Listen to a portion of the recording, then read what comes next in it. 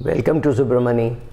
Here are list of don'ts which I normally say in a class where I'm training financial advisors, saying what are the things that they should not do and things which irritate a client. Then I saw that this is actually something which is true even whether you're dealing with your boss, whether you're dealing with your kids, or whether you are dealing with your friends. It doesn't really matter. So let us go one by one. I made a list. So first is trying to explain things which they already know. I mean, just don't try doing that. Don't try saying how Sachin Tendulkar hit those great shots in Sahara. I think every cricket fan and every Sachin fan has that match etched in his mind.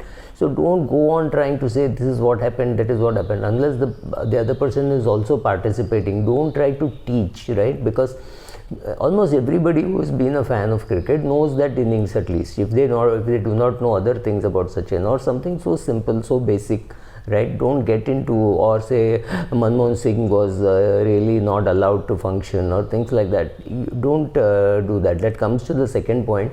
Don't take a political stand at all while you're dealing with a customer. This is not true with friends or with family, but with a customer, don't take a strong view unless you know the client very well. Even after you know the client very well, remember the most important thing is the relationship of the money that you're making from the client. That is the primary thing. It's also you're trying to make a friend out of him. He is going to ask you for how to live his life, or where his children should study, or what kind of marriage expenses he should perform, all that. But remember, the prime thing is you're trying to earn money out of the client. Don't take a very strong view.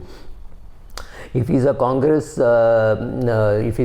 supporter, he does not want to know what a great Prime Minister Modi is, and if he's a Modi supporter, he does not want to know what a great Prime Minister Manmohan Singh was. And you don't have to take a stand at all. There is absolutely no reason why you should take a stand and then wonder whether he will stay on or she will stay on with you as a client.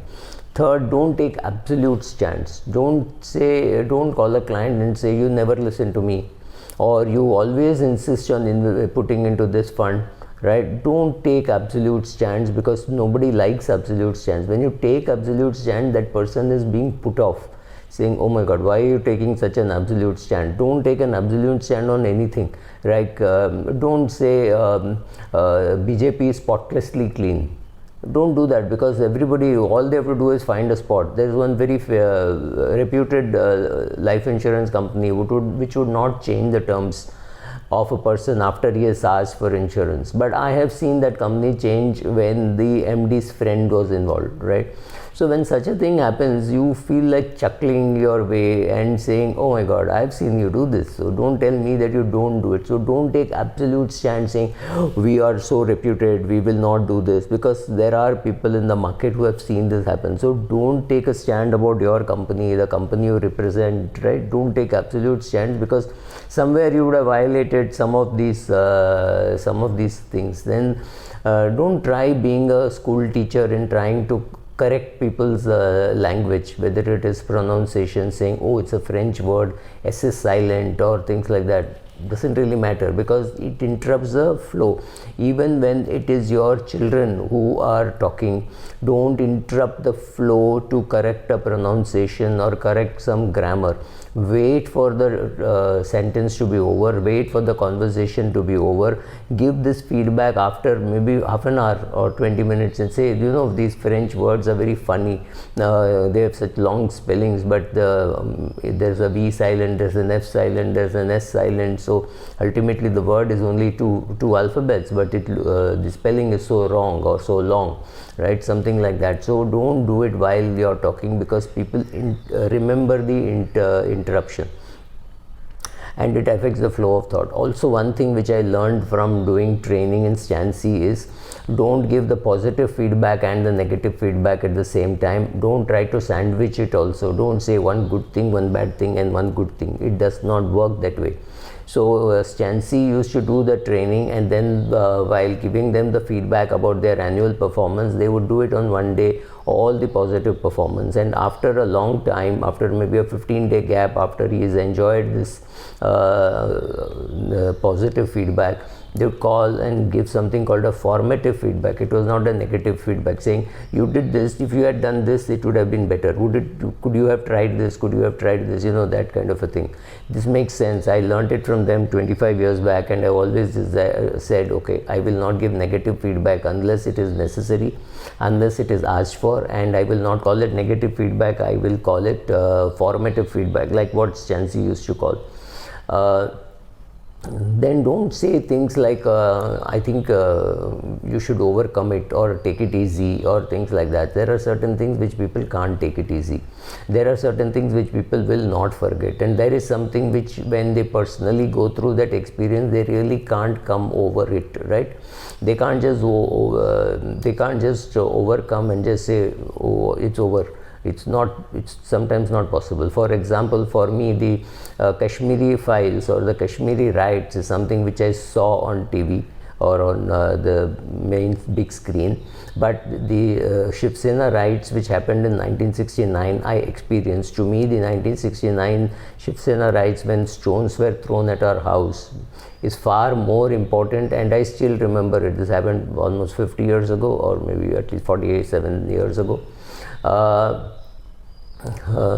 No, sorry, it's longer, right? It is 31 plus 22. It is 53 years ago, and I still remember it. I still remember the dress I was wearing. I still remember the stone that broke the glass and flew over my head, which could have hit my head when I was sleeping, right? So you will tend to remember it, and don't just say, oh, take it easy, it is okay, it is over. It is never over till my life is over. I don't think I'm going to forget it. So don't go and say, oh, it's okay, take it easy, next time will be better. It doesn't work that way. So don't go, if you don't know what that person went through, don't say that. And then using words like it's a good idea is very different from saying I think it is actually a good idea. The word actually completely changes the meaning. It sounds very condescending and saying I'm doing you a favor by liking it. So be very careful about choice of language. English is a very funny language. If English does not come to you naturally and you're still speaking it, plan some of it, look up the dictionary, look up somewhere where you can find out the correct usage, or don't use it. That's the worst thing. Some words are not liked by people, right? Women don't like other women calling them honey or darling and things like that. Women have told me that people don't like it. So even if you're a man and you're calling your assistant darling or honey or something, many people don't like it. Be very careful. And what was accepted 20 years ago may not be accepted now. Even words like chief, boss, guru, all those things, not everybody likes it, right? So be careful. Ask your assistant, ask your colleagues, is it okay if I use these words? For example, I have a very strong feeling that the word Bhakt is used only for very great people like Prahlad or Dhruv or Dhruva, the star. Only they were called Bhakts. Not everybody got the title of Bhakts. And now to politically use to use the word Bhakt, it's not something which I am comfortable with. So I will not like it if I'm called a Bhakt, right? So not because whether I'm a Modi supporter or a Manmohan Singh supporter does not matter. But I think it's a big misuse of that word. So I may not like somebody saying, to Bhakt hai. I don't really like that, right? So then physically also, don't touch people on their head, don't touch people on their shoulder, don't touch, full stop, because not very many Indians are used to being touched. So be very careful unless you know them very well.